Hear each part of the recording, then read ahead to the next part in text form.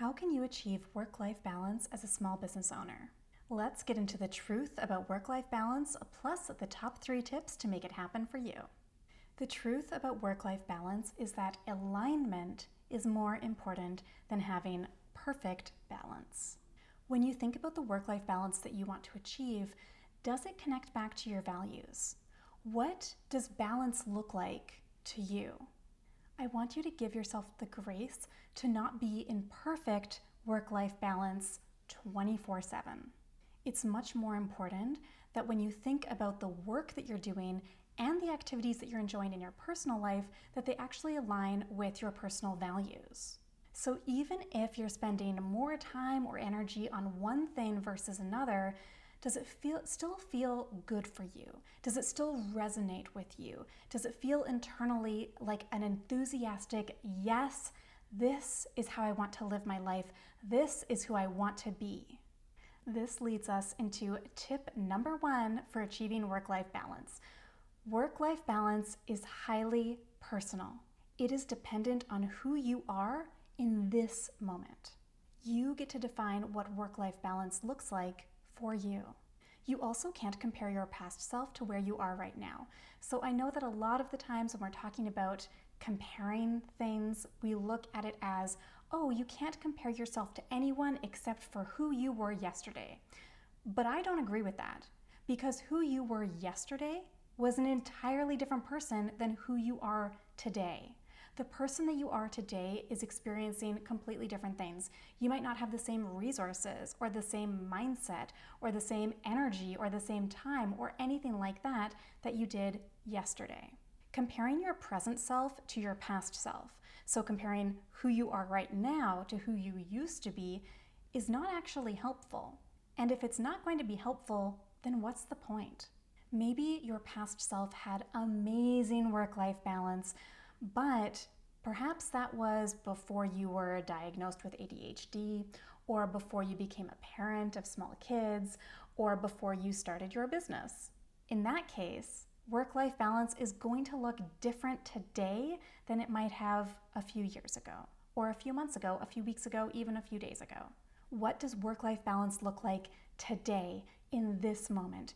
You get to define that. You do not need to compare it to what it looked like for you in the past. And again, that's not going to be helpful for you. So hit the like button if this concept is resonating with you and if it is giving you the permission that you needed to truly embrace work-life balance for what it means to you today, to let go of the past and live in the present moment. And this leads us to tip number 2. Balance is all about identity work. Who are you when you are in balance? And who are you when you are out of balance? You need to know what these look like before you can even start striving for work-life balance. Often we talk about this whole concept of work-life balance, but what do we even mean by it? Do you actually know what you mean by that? What is your definition of it? Who are you when you are in balance? And who are you when you are out of balance? What do these things look like? When you know what these look like, then you can actually start working towards that. You'll know where your mindset needs to be, what actions you need to take, what thoughts you need to be thinking, what goals you want to be working toward in order to make your work-life balance work for you. And this brings us to tip number 3. Work-life balance involves strategic action plans and the deep inner mindset work. If you want to achieve real work-life balance, which is work-life balance that feels great for you, that supports you, then you need to improve your time management abilities. You need to streamline your business systems and processes. You need to upgrade your productivity skills. And there's a very good chance that you need to restructure your entire business so that it does accommodate for this. You might have a whole bunch of different things built up in your business that don't actually contribute to work-life balance. So what happens here is that you are trying so hard to achieve work-life balance, but it's pretty much impossible for you because your business is not set up for it. Your business is holding you back from achieving work-life balance. The entire structure of it, the way that you offer your services and products, your day-to-day operations, all of these things are not supporting your work-life balance. The good news here is that this does not need to be a huge, daunting, overwhelming, overcomplicated sort of thing. It can actually be very straightforward and freeing and liberating and even simple to restructure your business. This can happen actually pretty quickly and enjoyably. It doesn't need to feel scary. It doesn't need to feel heavy. So if you're wondering what this can look like, I encourage you to watch my free on-demand training all about solopreneur success and how to do all of this in your business to really achieve work-life balance. You will get a complete framework on how to make this happen. It is my gift to you, and you can grab that at saganmorrow.com/gift. Link is in the show notes.